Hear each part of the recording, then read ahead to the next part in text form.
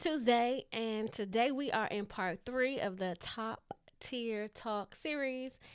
And the purpose of the last few weeks was to help us develop stronger communication skills with those that we love and or lead, and to apply our highest quality of effort when communicating with those persons, particularly in our homes. And today we're going to touch on a very sensitive but critical part of our communication, and that is how to apologize. We're going to jump in right after today's intro. You are excellence. Your mind is of excellence. Your visions are of excellence. Your unique superpower is nothing short of excellence. You amplify a voice of excellence. Your contribution to this world will be of excellence. You will achieve your highest goals and desires with excellence. Excellence in everything, every time. Happy Tuesday again. I'm Lanita Hostin, your favorite edutainer, three-time author, and your favorite life skills, soft skills coach. And I help Black moms particularly create stronger connections with their teenage children. And if you are watching me live for the very first time, I want you to type in the chat where you're watching from. And if you happen to catch today's replay, I want you to type in the comment, #replay. #replay. So, for the past 3 weeks, we've been talking about critical ways in which we can use our highest quality of effort when communicating with those that we love inside of our home. And that is why it's called the Top Tier Talk Series Family Edition. And today I want to dive in on how to apologize. Seemed like something that we would already know how to do. We probably do it often and daily, but I wanted to walk through the psychology behind why apologies are important, and then some language that you can use when framing your apology. So, apology is simply your acknowledgement of the role that you might have played in a conflict. It's just your acknowledgement. That's it. And I always say it takes two people to have conflict. And because we're human, because we're flawed, it is likely that we will experience conflict or unpleasantries with people that we love and people that we're just connected to. And being able to apologize for our mistakes and accept apologies also does help to strengthen relationships. It also helps to build intimacy. It helps people feel seen and validated. And so this entire series we've been talking about the importance of having emotional safety. And part of feeling emotionally safe is feeling heard and seen and feeling like you have a place to be vulnerable without fear of judgment. And being able to apologize plays a really big role in that creation of safety, emotional safety. So we apologize because we value the relationship or connection that we have with the person that we love and or that are leading. We apologize because we want to rebuild trust with that person that we love and are leading. And we apologize because we want to keep the doors open, the doors of communication open, to continue building a relationship or great rapport with that person. So when we decide not to apologize, we are inversely saying we don't value the relationship, maybe not as much as the other person. We're not committed to opening the channels of communication. That's not something that is valued. And there is no interest in building trust. That's just not a thing that I'm interested in. So think of that always. I like to talk about what happens when we don't practice the soft skill, and then what that is communicating when we choose to not practice the soft skill. And so, really quickly, an apology based on Webster, apology is the admission of error or discourtesy accompanied by expression of regret. And it's an expression of regret for not being able to do something.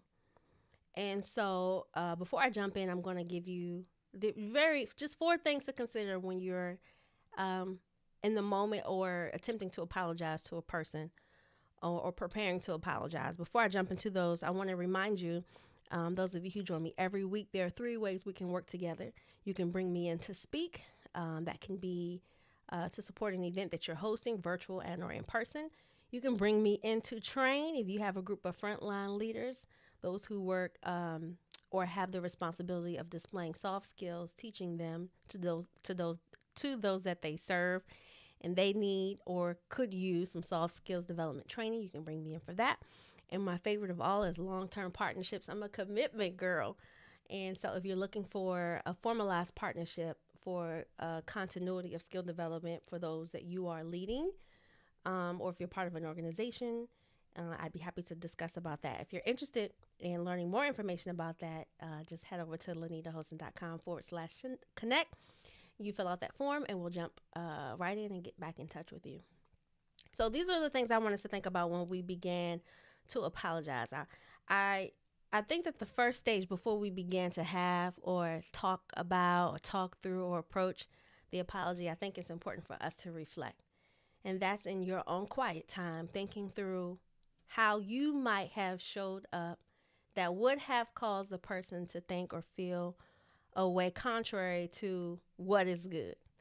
And so it is you thinking through how your actions impacted the person that you love and are leading.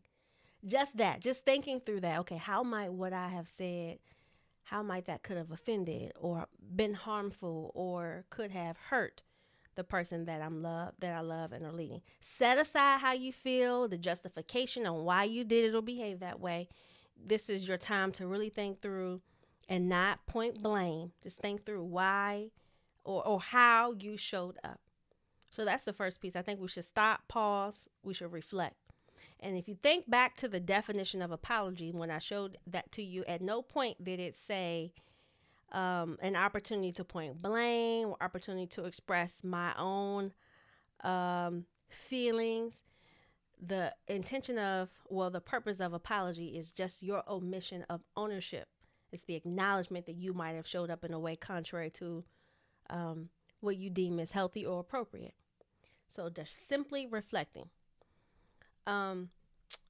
After you reflect, I think that then it's appropriate for you to acknowledge your wrongdoing. And this is where the apology comes. And this is you admitting to the wrongdoing and then taking the responsibility for that. If you've ever read psychologist Gary Chapman's book, The 5 Love Languages, he also has a book called The 5 Ways to Apologize.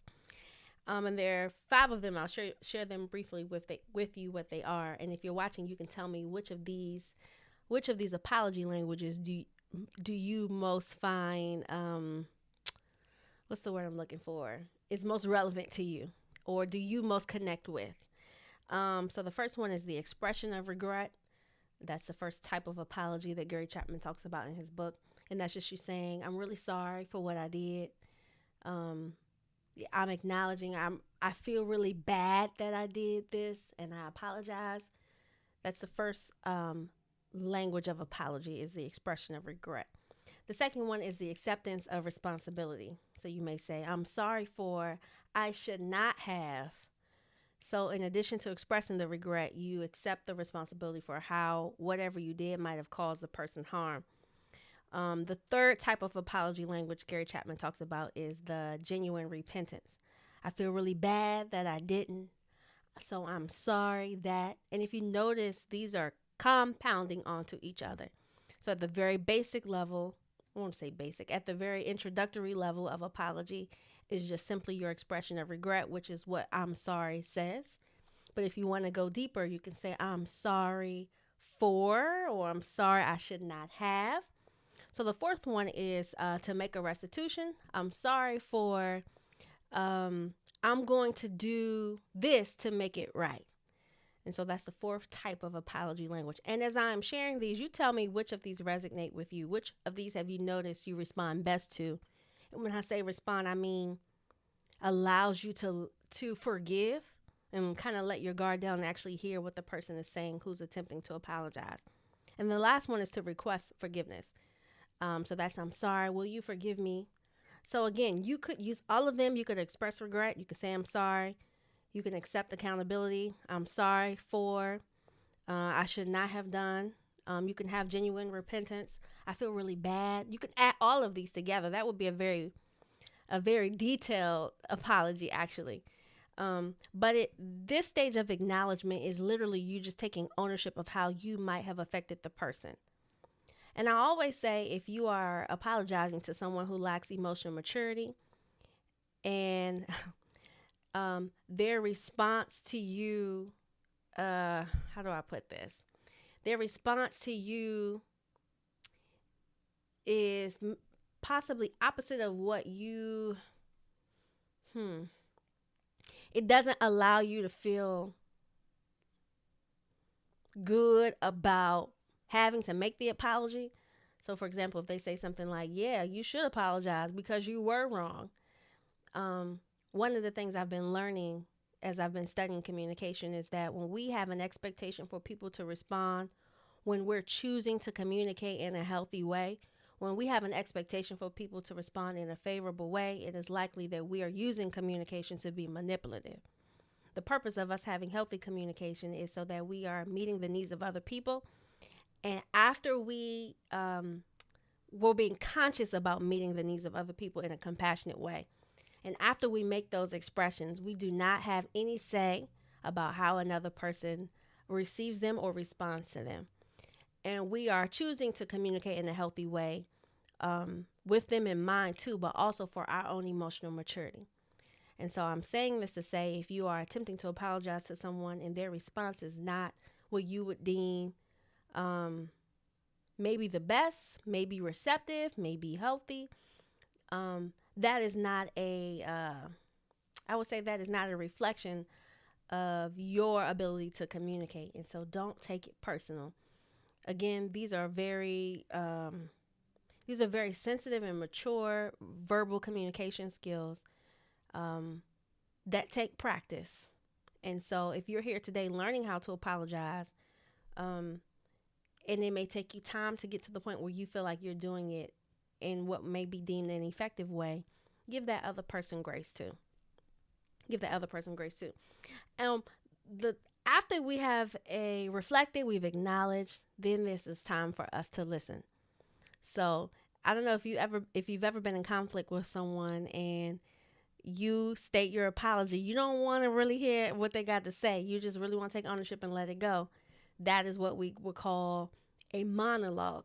But when you are ready to apologize and you genuinely want to express ownership of how you might have made a person feel, it is healthy for you to give them space to also share in return how they feel. That is when you move from a monologue to a dialogue, when their feelings, when there's a place for their feelings or how they are feeling, for that communication to take place too. So give them an opportunity to listen. Give them an opportunity to speak so that you can listen to their response and they can share with you how your actions might have affected them. And listen with an open mind. Try not to invalidate how they feel or challenge how they feel. The goal in this at this stage of apology is to really gain understanding and clarity. That's it. It isn't to prove anything, but it's really just to listen. And so then the last stage of apology, I think, is space. It's giving another person the time to process what you shared. And you may find that during an apology, a person may not have an immediate response. They may not even have the ability to verbalize how they feel in that moment, and that's okay. Again, when we are attempting to choose a healthy way of communicating, the only expectation we should have of a person is that they would listen. That's it. We can't expect for them to have a reply immediately or for them to say something that will make us feel better about even having to get to the point of apology. Again, that will be a form of manipulation, and that's not the goal here. The goal is healthy communication that provides a very safe emotional space with those that we love and or lead. Before we wrap up today, I want to share with you why apologizing is hard.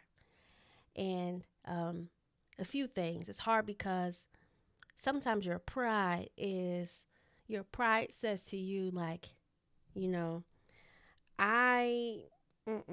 not apologizing because that makes me look vulnerable or weak, or makes me look like I'm wrong and I'm not. That's what we call pride.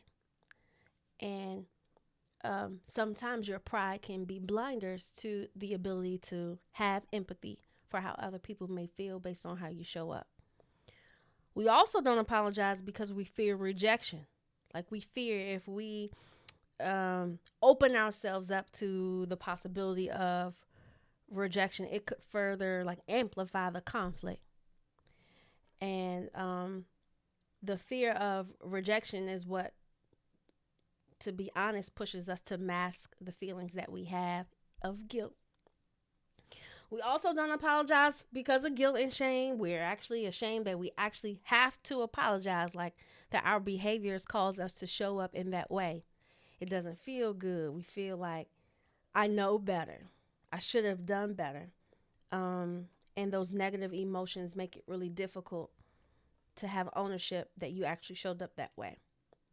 And then sometimes we just don't apologize because we have a misunderstanding. We don't really fully understand maybe our role and how we might have showed up, or even how they could be affected. The other person could be affected by how we may have been behaving at that time.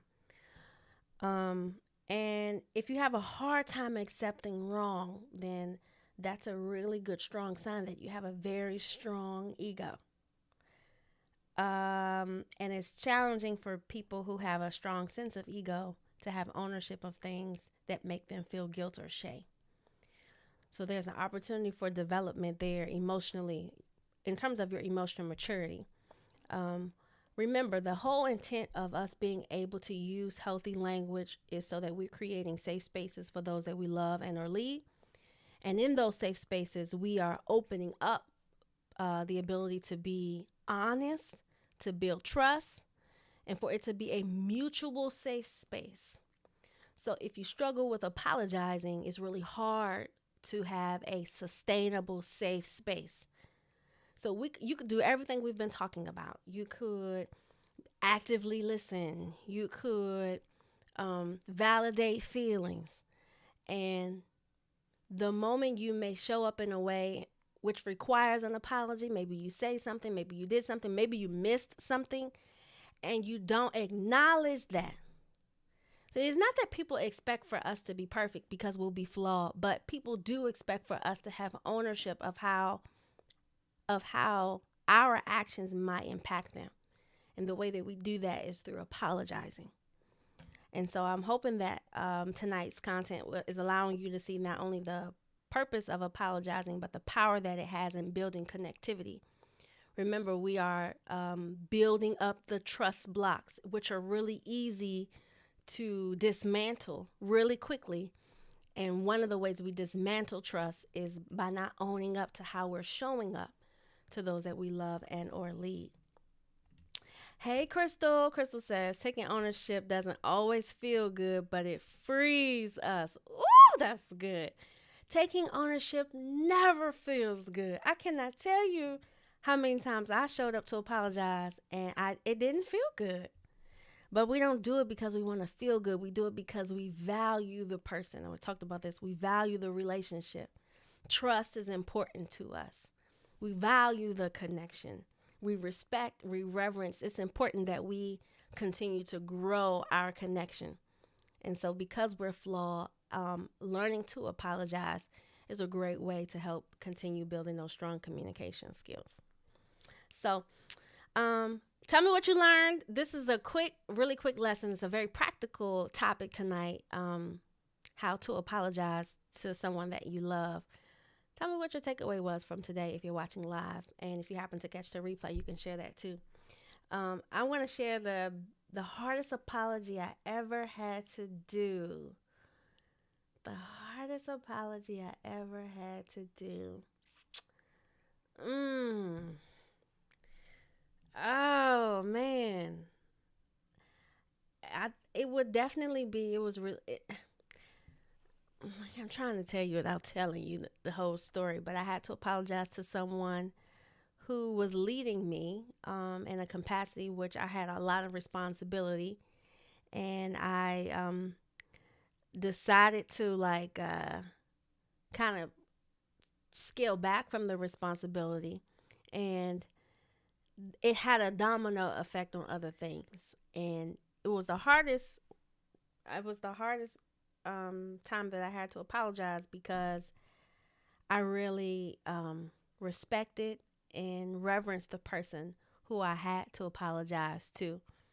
Um, I didn't feel good about letting them down. I didn't feel good about not being completely responsible for what I said I would be responsible for. And remember, I talked about some of the reasons we avoid apologizing: ego, pride, fear of rejection, misunderstanding. So that was I would say that was my pride in the way.